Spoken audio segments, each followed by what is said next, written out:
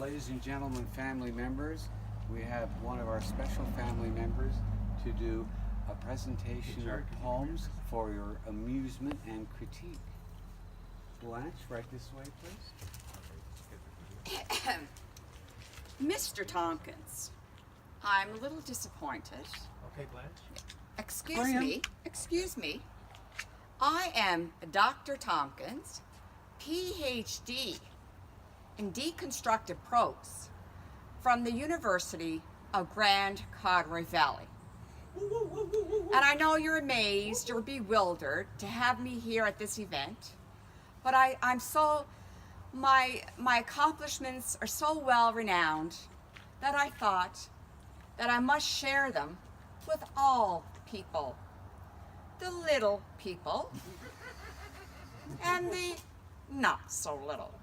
Anyway, just calm yourselves and let me bewilder you with my untold talents in the English language.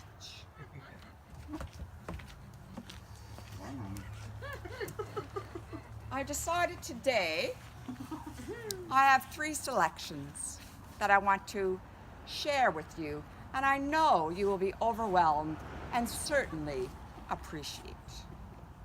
So on the event, I was asked to write up something, and of course I delved a lot into my brain and my talents and my experience and put this selection together. So, welcome all to the Tompkins Soiree 2018. We hope to provide some entertainment, the sights you've never seen. We are a hearty group from 50 to 66. All our parts still working, not much needing to be fixed. Graham is the oldest, many stories he can tell. He's got a different perspective, only good ones, which does us well. Joseph came in second, but he quickly fell in line. Having an older brother showed him the ropes. He learned just fine. Then came Beth, who added the spice. A little cutie on the run. Thank God for little girls. Dad's anthem was sure to be sung. Then industrious Mike came on the scene with energy galore. Mom was so delighted, his talents for beautification she certainly adored. You knows who's next. Yes, Blanche joined the blossoming group. She tried to be helpful, but poor Dad, she had him spooked. Raymond came exactly a year later, and he wasn't to be outdone. But girls rule, don't you know? Best to relax and just have yourself some fun. Donald Jr. then arrived, number 7 on the scene. But he liked to contribute, and to Mom and Dad he was a dream. Then Johnny Come Lately appeared, rounding out number 8. He had all those siblings to observe. Constant learning would be his fate. So we're here today to have some fun, to joke and reminisce, and praise our parents, Stella and Donald, whose love keeps us truly blessed. Here. Here, here. Here. Okay.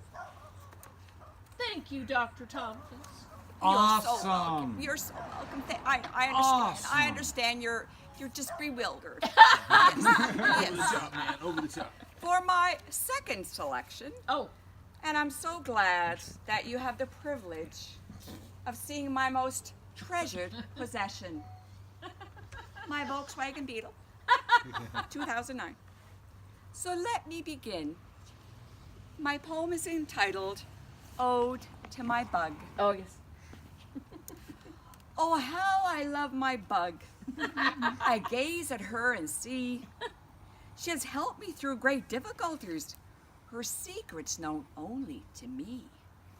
The VW convertible Beetle Limited edition blush is how she is known. But when you get inside her and drive, expect your mind to be blown. Her red leather interior, incredible to sight and touch. Just run your hands over that texture and you'll know it's just too much. And what a thrill to drive with her red roof down. People can't help but look and wave as you ride through town. That 2.5 liter engine gives her pickup and power galore. Just be careful on the open road or the cops will be reading you the what for. The view of sky, mountain, and hillsides you will see unobstructed. But you have to keep your eyes on the road to really be productive. My bug helps me with my stress. Sometimes things can get so taxing. But when I get her and start her up, my whole being just starts relaxing. So do yourself a favor. When you find things are just too much, find your special thing to do. Look at, feel, or touch. Identify what makes you happy and pursue that special thing. My little gray bug, my magic beetle. Such a joy, I want to sing. Oh, what a beautiful morning. Oh, what a beautiful day. I've got a wonderful feeling. Everything's going my way. Very good. Very good. Too much. That was too much. For my third and final selection, Okay. a friend of mine was retiring, and his wife, she was a bit perplexed. It was a bit complicated. She didn't know, was he going to retire, was he not going to retire? And I had to hear it day after day, telling me all her worries.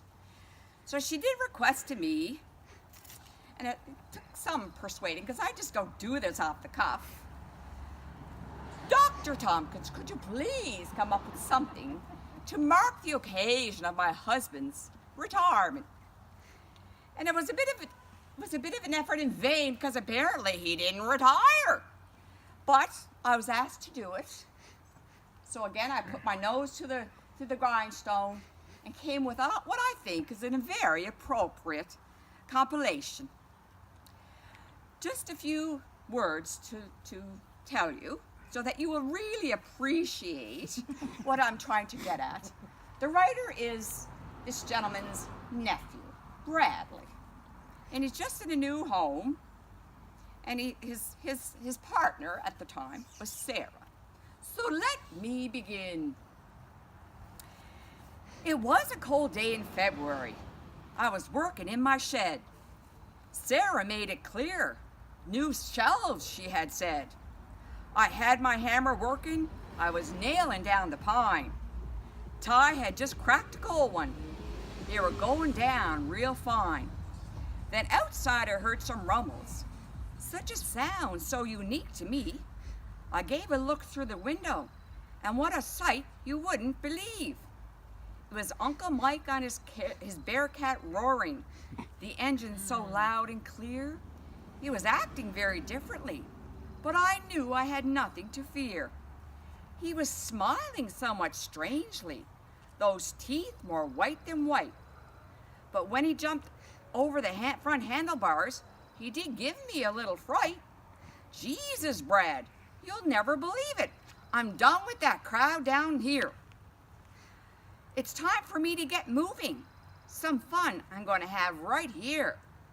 I looked over at Ty, and then I thought to myself, what now? What the F, Uncle Mike? Are you joining the Friday night shed crowd? He took off his mitts, his hat and boots too. He moseyed on over to Dad's cheap and old skidoo. I've had it, I swear. To Blanche I've made it clear.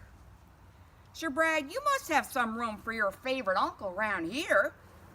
I thought to myself, Jesus, Sarah will hang me for sure. One more body in my shed for the Friday night cure? But then what a relief, to my grateful surprise, Aunt Blanche showed up. She had fire in her eyes. For God's sakes, Mike, don't you ever carry that phone? Claire needs to be picked up. She's ready to come home. And with that out he went. He didn't seem too upset. With his family and home and that house too, all Uncle Mike needs now is a brand new skidoo. Yeah, Thank yeah. Yay! Thank you. And please try to enjoy the rest of your story. I have to leave, and I know you don't want me to, but it's just Don't leave, sorry. Doctor, don't People leave. in my situation. Doctor, please, don't leave, don't leave. Oh no, she's going. Bravo! Bravo! Awesome. Yeah, awesome. Well done. Oh my gosh.